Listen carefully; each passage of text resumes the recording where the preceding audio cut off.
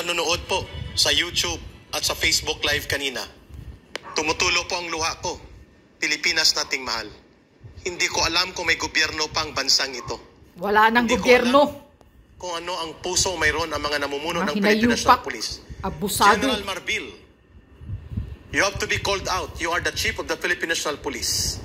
Ipinapahamak po ninyo ang mga kapulisan, ang mga kawawang mga utusan ng mga pulis na nanggaling po ang mga pamilya nila sa hanay ng mga manggagawa at magsasaka dahil sa maruming laro ng politika ninyo. Kasuhan nyo yan lahat. Kayo po ang may unang pananagutan sa iligal na pagpasok na ito. Yes. General Marbil and President Marcos Jr. and Secretary Benhur Abalos ng DILG. Sa inyong mga kamay po nanggagaling ang ganitong uri ng kapangahasan at karahasan. Kabilang sa mga pinasok ng iba't ibang unit ng Philippine National Police kung saan pinangibabawan ng PNP staff ay ang Sitio Kitbug sa Malungon, Sarangani Province, Bear Mountain at ang Glory Mountain sa Davao City kung saan naganap ang malamartial law na pwersahang panloloob ng kapulisan sa mga walang kalaban-laban ng mga church workers ng KOJC na nagbigay din ng trauma sa mga kabataan na nakakita ng malalaking armas ng daan-daang heavily armed police personnel. At ang sabay-sabay na paglusob ng otoridad sa KOJC compound ay binatikos ni Celis. Ito po'y kautusan na iligal na kinonsinti mismo ni Marcos Jr. No ifs, no buts. Galing sa kanilang utos niya ni. Compound, any property, if there is a clear order na may search warrant kayo na nakasaad sa utos ng korte, ang Philippine National Police po ay walang karapatang magtakda kung anong isi-search o hindi. Correct. Unless they are given authority and order by the court. Correct. Hindi po pinapahintulutan sa warrant of arrest ang pag-search. This is actually an illegal search. And the arrests that you effected were all illegal arrests. Sa sobrang pagkasipsip po ninyo kay Lisa Araneta, kay Bongbong Marcos, nakalimutan ninyo na ang batas ay nangingibabaw kanino man, even to the President. Dahil dito ay pinakiusapan ni Ka Eric ang PNP chief na aralin nitong mabuti ang batas dahil sa umunay pagpapakita ng kapulisan sa walang habas na paglabag sa batas sa ginagawang panghaharas sa mga worker ng KOJC at sa paninira ng properties nito na kung saan ang bitbit na dokumentong daladala warrant of arrest lang at hindi search warrant. Yeah. Ang tanong, wag sanang ma-offend ang ating mga kaibigan sa Iglesia ni Cristo. Kung nagkataon ba, General Marbil, Bongbong Marcos Jr., na ang organisasyon ni Pastor Kibuloy ay kapareho ng Iglesia ni Cristo, ganun din po ba ang gagawin ninyo na pangbabastos at pangbababoy sa mga taong walang kinalaman sa terorismo, pero kung tratuhin nyo ay sobra pa sa terorismo? Can you do that if the organization like this is like Iglesia ni Cristo or the Roman Catholic Church? Yeah. Bakit kayo ganon? Why is the Supreme Court silent in the undeclared authoritarian rule in the country today? Bakit po masakit sa dibdib naming mga ordinaryong mamamayan? I am not a member of Kingdom of Jesus Christ, but to see na ang gobyerno mismo ay parang Gestapo, gobyerno na pinamumunuan ng isang kagaya ni Adolf Hitler. Yes, yan. Kita nyo. Ang mabuti dito, marami naman kayong mga lawyer, Kingdom of Jesus Christ. Talagang bigyan nyo ng leksyon itong lahat na SAP at saka yung mga CIDG na andyan, na lumusob dyan. Imagine 5 lugar. Ito sa Sarangani pala to. Then sa Davao, 5 lugar na ng Kingdom of Jesus Christ, nilusob nila magkaparehas ng oras, sabay-sabay. Kanyan kabalahura, kababoy, kabastos, kawalang hiya.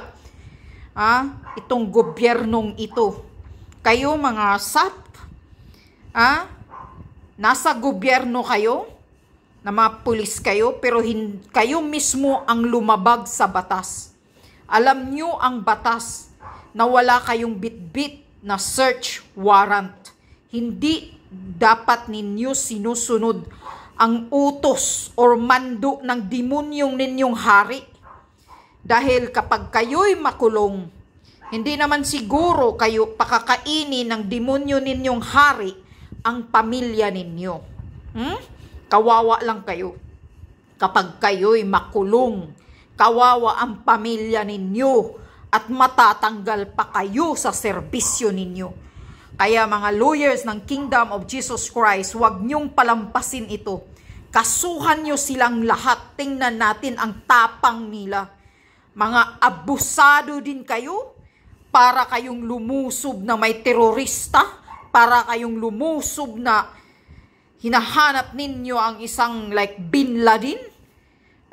Ano kayo? Di na nyo sinusunod ang batas? Walang hiya kayo? Illegal entry ang ginagawa ninyo, panghaharas. Puro kabataan ang mga teenager. Tapos mayroon pa daw isang babae na tinulak-tulak, inaapakan-apakan pa daw kasi natumba. Sobrang payat daw yung babae na yun. Inaapakan pa daw ng butas ng isang sap. Sabi nung kanina na na taga dyan din. Ganyan kayo ka mga bastos. Mga pulis kayo, special force, sinasayang nyo lang ang mga ranggo ninyo, mga animal kayo, umaasta kayong mga animal, na hindi naman terorista si Kudbuloy, hindi naman siya killer, na mayroon pa kayong mga drone, mayroon pa kayong mga helicopter, overacting ang ginagawa ninyo? Anong akala ninyo? Nakakatakot ba si Kibuloy? Kahit pa kung nandyan si Kibuloy, si Pastor Kibuloy, hindi dapat ganyan ang mga suot ninyo pag kayo mag-serve ng warrant of arrest o whatever.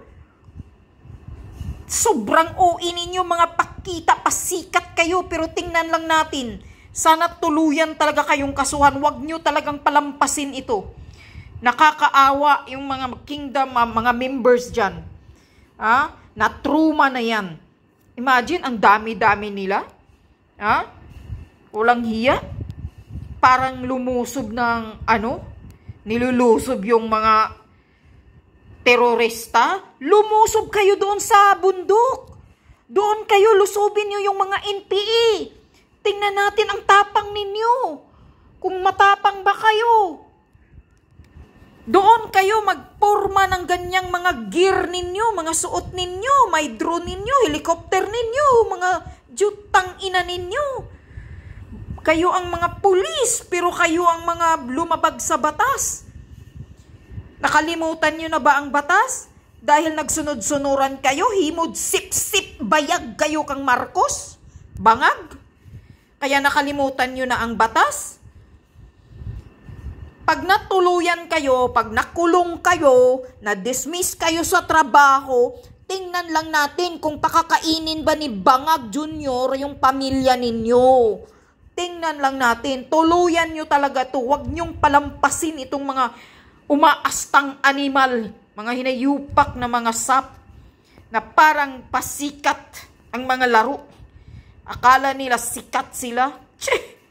Nakakasuklam, nakapanggigil kayo. Kahit paman kung andyan si Pastor Kibuloy, hindi kayo dapat ganyan pag mag-search kayo, hindi kayo lumulusob ng alas 4 ng umaga para lang Sinasabi ko na nga ba plano yan Ganyan ang plano, kaya pinag-relieve yung mga pulis sa Davao. Kunyari, paimbestigahan yung war on drugs ni Mayor Basti, tapos naglagay ng ganitong SAP doon na ilang batalyon, dahil ito ang plano. Tapos tingnan natin, isusunod na nito, baka isusunod na si Tatay Digong. Pag mayroon ng warrant of arrest, isusunod nilang lusobin ng ganito si PRRD.